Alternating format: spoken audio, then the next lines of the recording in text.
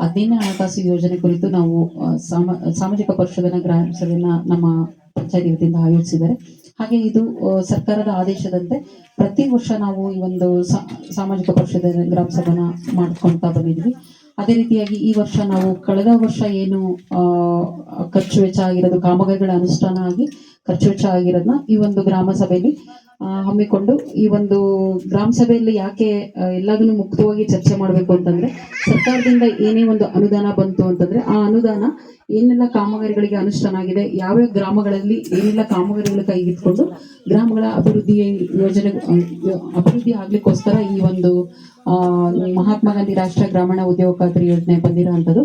ಹಾಗಾಗಿ ಈ ಒಂದು ಗ್ರಾಮ ಸಭೆಯಲ್ಲಿ ನಾವು ಕಳೆದ ವರ್ಷ ಅಂದ್ರೆ 1/4/2023 31/3/2024 ಒಂದು ವರ್ಷದ ಅವಧಿಯಲ್ಲಿ ಈ ಗ್ರಾಮ ಪಂಚಾಯತಿಲಿ ಒಟ್ಟು ಕಾಮಗಾರಿಗಳು 198 ಕಾಮಗಾರಿಗಳು ಅನುಷ್ಠಾನ ಆಗಿದೆ. ಒಗ್ಗೂಡಿಸುವಿಕೆಯಿಂದಲೂ ಅಂದ್ರೆ ನಮ್ಮ ಗ್ರಾಮ ಪಂಚಾಯತಿ ಆಗಿರ್ಬೋದು, ಜೊತೆಗೆ ಇತರ ಇಲಾಖೆಗಳಾದ ಅರಣ್ಯ ಇಲಾಖೆ ಆಗಿರ್ಬೋದು, ಕೃಷಿ ಇಲಾಖೆ ಆಗಿರ್ಬೋದು, ಹಾಗೂ ತೋಟಗಾರಿಕೆ ಹಾಗೂ ರೇಷ್ಮೆ ಇಲಾಖೆ, ಈ ಎಲ್ಲ ಇಲಾಖೆಯಿಂದಲೂ ಸೇರಿ ಒಟ್ಟು ನಮ್ಮ ಗ್ರಾಮ ಪಂಚಾಯತಿ ವತಿಯಿಂದ 198 ಕಾಮಗಾರಿಗಳು ಅನುಷ್ಠಾನ ಆಗಿದೆ. 198 ಕಾಮಗಾರಿಗೆ ಒಟ್ಟು 2,52,649 ರೂಪಾಯಿ ಖರ್ಚು ಆಗಿರೋಂಥದ್ದು. ಸಾಮಗ್ರಿ ವೆಚ್ಚ ಆಗಿರ್ಬೋದು, ಹಾಗೇನೆ ಕೂಲಿ ವೆಚ್ಚ ಆಗಿರ್ಬೋದು.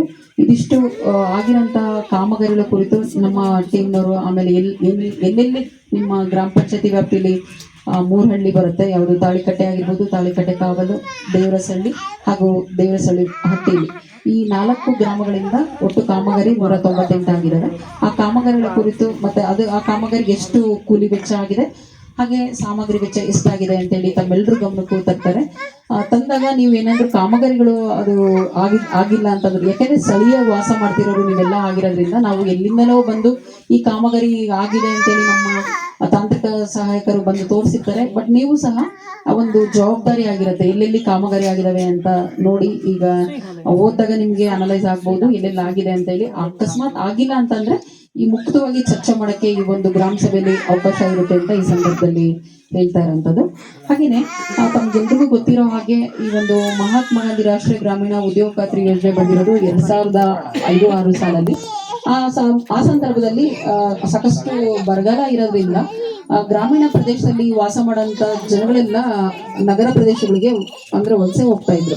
ಅವ್ರಿಗೆ ಅಂದ್ರೆ ಅವ್ರ ಆರ್ಥಿಕ ಮಟ್ಟ ಸುಧಾರಣೆ, ಅಂದ್ರೆ ಜೀವನ ಮಟ್ಟ ಸುಧಾರಣೆ ಮಾಡ್ಕೊಳ್ಳೋಕ್ಕೋಸ್ಕರ ಬೇರೆ ಬೇರೆ ಅವ್ರಿಗೆಲ್ಲೆಲ್ಲ ಅನುಕೂಲ ಆಗುತ್ತೆ ಹತ್ತಿರದಲ್ಲಿರುವಂತ ನಗರ ಪ್ರದೇಶಗಳಿಗೆ ವಲಸೆ ಹೋಗ್ತಾ ಇದ್ರು. ಆ ವಲಸೆನ ತಪ್ಪಿಸ್ಲಿಕ್ಕೋಸ್ಕರ ಕೇಂದ್ರ ಸರ್ಕಾರ ಅವರ ಬೇಡಿಕೆ ಆಧಾರದ ಮೇಲೆ ಒಂದು ಆರ್ಥಿಕ ವರ್ಷದಲ್ಲಿ 100 ದಿನಗಳ ಕಾಲ ಅವ್ರಿಗೆ ಉದ್ಯೋಗ ಒದಗಿಸಿದ್ರೆ ಅವ್ರಿಗೆ ಆರ್ಥಿಕ ಮಟ್ಟ ಸುಧಾರಣೆ ಆಗುತ್ತೆ ಅನ್ನೋ ಒಂದು ಕಾನ್ಸೆಪ್ಟ್ ಇಟ್ಕೊಂಡು ಸರ್ಕಾರ ಈ ಒಂದು ನರೇಗಾ ಯೋಜನೆನ ತಂದಿರೋಂಥದ್ದಾಗಿದೆ.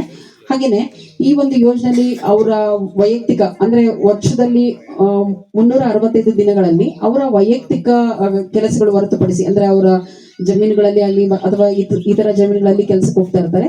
ಹಾಗಾಗಿ ಆ ದೃಷ್ಟಿ ಇಟ್ಕೊಂಡು ಅವ್ರಿಗೆ ಅನುಕೂಲ ಆದಾಗ ಒಂದು 100 ದಿನಗಳ ಕಾಲ ಒಂದು ಆರ್ಥಿಕ ವರ್ಷದಲ್ಲಿ ಉದ್ಯೋಗ ಒದಗಿಸಿದ್ರೆ ಅವ್ರಿಗೆ ಆರ್ಥಿಕ ಮಟ್ಟ ಸುಧಾರಣೆ ಆಗುತ್ತೆ ಅನ್ನೋ ಒಂದು ಕಾನ್ಸೆಪ್ಟ್ ಅಲ್ಲಿ ಈ ಒಂದು ಯೋಜನೆ ಮಾಡ್ತಾ ಇರೋದು.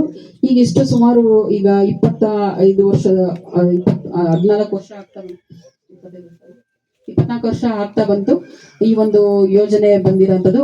ಹಾಗಾಗಿ ಈ ಯೋಜನೆ ಬಿಟ್ರೆ ಸಾಕಷ್ಟು ಈ ಯೋಜನೆಯಲ್ಲಿ ಕಾಮಗಾರಿಗಳು ಅನುಷ್ಠಾನ ಆಗಿದೆ. ಒಂದು CC ವರ್ಕ್ ಆಗಿರ್ಬೋದು, ಚರಂಡಿ ಆಗಿರ್ಬೋದು, ಹಾಗೇನೆ ಸ್ಕೂಲ್ ಕಾಂಪೌಂಡ್ಗಳಾಗಿರ್ಬೋದು, ಮತ್ತೆ ಸಂಬಂಧಪಟ್ಟಂಗೆ ಸಾಮುದಾಯಿಕವಾಗಿ ಸಾಕಷ್ಟು ಕಾಮಗಾರಿಗಳು ಅನುಷ್ಠಾನ ಆಗಿ ನಮ್ಮ ಈ ಒಂದು ಗ್ರಾಮ ಪಂಚಾಯತಿ ಅಭಿವೃದ್ಧಿ ಆಗ್ಲಿಕ್ಕೆ ಈ ಒಂದು ಯೋಜನೆ ಸಾಕಷ್ಟು ಅನುಕೂಲ ಆಗಿದೆ ಅಂತ ಈ ಸಂದರ್ಭದಲ್ಲಿ ಹೇಳ್ತಾ ಇದ್ದೀನಿ.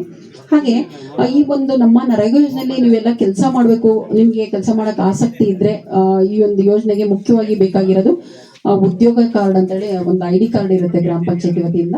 ಈ ಯೋಜನೆಯಲ್ಲಿ ಐಡಿ ಕಾರ್ಡ್ ಇದ್ರೆ ಮಾತ್ರ ಆ ಒಂದು ವರ್ಷದಲ್ಲಿ 100 ದಿವಸ ಆ ಒಂದು ಕುಟುಂಬ ಕೆಲಸ ಮಾಡಕ್ಕೆ ಅವಕಾಶ ಇದೆ. ಹಾಗಾಗಿ ಯಾರಿಗೆ ಇದು ಈವರೆಗೂ ಸಹ ಯಾರಿಗೆ ಜಾಬ್ ಕಾರ್ಡ್ ಸಿಕ್ಕಿಲ್ಲ ಅಂತ ಜಾಬ್ ಕಾರ್ಡ್ ಹೋಲ್ಡರ್ಸರು ಈಗಲೂ ಬಂದು ನಿಮ್ಮ ಪೂರಕ ಅದಕ್ಕೆ ದಾಖಲೆ ಏನ್ ಬೇಕಾಗುತ್ತೆ ಅಂದ್ರೆ ನಿಮ್ದೇ ವೈಯಕ್ತಿಕವಾದ ಅಕೌಂಟ್ ನಂಬರ್ ಬೇಕಾಗುತ್ತೆ. ಹಾಗೆ ಆಧಾರ್ ಕಾರ್ಡ್ ಆಗಿರ್ಬೋದು, ರೇಷನ್ ಕಾರ್ಡ್ ಆಗಿರ್ಬೋದು, ಮತ್ತೆ ಫೋಟೋ, ಇದ್ರ ಜೊತೆಗೆ ಇದಿಷ್ಟು ಒಂದು ಕುಟುಂಬದಲ್ಲಿ ವಾಸ ಮಾಡೋಂಥ ಕುಟುಂಬದಲ್ಲಿ ಒಂದೇ ಕಾರ್ಡ್ ಕೊಡುವಂತ ವ್ಯವಸ್ಥೆ ಇರೋದ್ರಿಂದ ಆ ಕುಟುಂಬದವ್ರು ಬಂದು ನಮ್ಮ ಪಂಚಾಯತಿ ಬಂದು ಅರ್ಜಿಗಳನ್ನ ಕೊಟ್ಟು ಈ ಪೂರಕ ದಾಖಲೆಗಳನ್ನ ಕೊಟ್ಟರೆ ಅವರು ನಿಮ್ಗೆ 15 ದಿವಸದೊಳಗೆ ಜಾಬ್ ಕಾರ್ಡ್ ಕೊಡುವಂತ ವ್ಯವಸ್ಥೆ ಮಾಡ್ತಾರೆ. ಜಾಬ್ ಕಾರ್ಡ್ ಪಡೆದ ನಂತರ ನಿಮ್ದೇ ಆದ ಒಂದು ಕೆಲವು ಹಕ್ಕು ಮತ್ತು ಅಧಿಕಾರಿಗಳು ಸಿಗುತ್ತೆ ಈ ಯೋಜನೆಯಲ್ಲಿ. ಏನಪ್ಪಾ ಆ ಹಕ್ಕು ಮತ್ತೆ ಅಧಿಕಾರಿಗಳು ಅಂತಂದ್ರೆ, ಈ ಒಂದು ಯೋಜನೆಯಲ್ಲಿ 100 ದಿವಸ ಕೆಲಸ ಮಾಡಕ್ಕೆ ಅವಕಾಶ ಇರುತ್ತೆ ಒಂದು. ಹಾಗೇನೆ ಏಪ್ರಿಲ್ 2024ರಿಂದ ನಮ್ಗೆ ದಿನಗೂಲಿಯಾಗಿ ಸಿಗೋಂಥದ್ದು ಆ ಕೂಲಿ ಕಾರ್ಮಿಕರಿಗೆ 349 ರೂಪಾಯಿ ಸಿಗ್ತಾ ಇದೆ. ಹಾಗೇನೆ ಕೆಲಸ ಮಾಡಕ್ಕೆ ಸಂದರ್ಭದಲ್ಲಿ ನಿಮ್ಗೆ ನೆರಳಿನ ವ್ಯವಸ್ಥೆ ಆಗಿರ್ಬೋದು, ಕುಡಿಯ ನೀರಿನ ವ್ಯವಸ್ಥೆ ಆಗಿರ್ಬೋದು, ಹಾಗೆ ಸಣ್ಣ ಪುಟ್ಟ ಗಾಯ ಆಯ್ತು ಅಂದ್ರೆ ಫಸ್ಟ್ ಏಡ್ ವ್ಯವಸ್ಥೆನೂ ಸಹ ಇರುತ್ತೆ. ಇದನ್ನೆಲ್ಲ ಕೇಳಿ ಪಡೆಯುವಂತ ಹಕ್ಕು ಆ ಒಂದು ಜಾಬ್ ಕಾರ್ಡ್ ಹೋಲ್ಡರ್ಸ್ಗೆ ಇರುತ್ತೆ. ಹಾಗೇನೆ ಕೆಲವು ಕುಟುಂಬದಲ್ಲಿ ಮಹಿಳೆಯರು ಅಂದ್ರೆ ತುಂಬಾ ಸಾಕಷ್ಟು ನಮ್ಮ ಗ್ರಾಮೀಣ ಪ್ರದೇಶದಲ್ಲಿ ಆದಷ್ಟು ನಾವು ನೋಡಿರೋ ಪ್ರಕಾರ ಬಡ ಕುಟುಂಬಗಳೇ ಜಾಸ್ತಿ ಇರೋದ್ರಿಂದ ಅವತ್ತಿನ ಸಹ ಏನು ಕೂಲಿ ಮಾಡಿ ಜೀವನ ಮಾಡೋಂಥ ಸಾಕಷ್ಟು ಕುಟುಂಬಗಳು ಇರ್ತವೆ.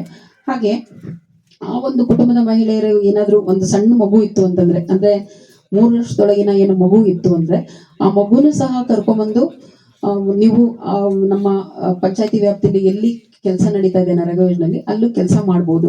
ಹೇಗಪ್ಪ ಅಂತಂದ್ರೆ, ಆ ಮಗು ಪೋಷಣೆ ಮಾಡಕ್ಕೆ ನಿಮ್ ಮನೆಗೆ ಯಾರು ಮಾಡೋಂಥವ್ರು ಯಾರು ಇಲ್ಲ ಅಂತಂದ್ರೆ ಅಂತ ಮಹಿಳೆ ಆ ಮಗುನ ಕರ್ಕೊಂಡ್ಬಂದ್ರೆ ಇಲ್ಲೇ ನಮ್ಮ ಪಂಚಾಯತಿ ವ್ಯಾಪ್ತಿಯಲ್ಲಿ ಕೂಸಿನ ಮನೆ ಅಂತೇಳಿ ಹೊಸದಾಗಿ ಪ್ರಾರಂಭ ಮಾಡಿದ್ದಾರೆ.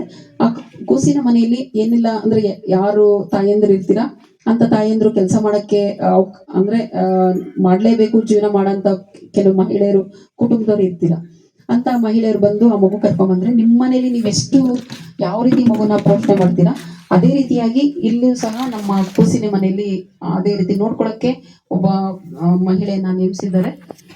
ನೀವ್ ಯಾರೇ ಆಗ್ಲಿ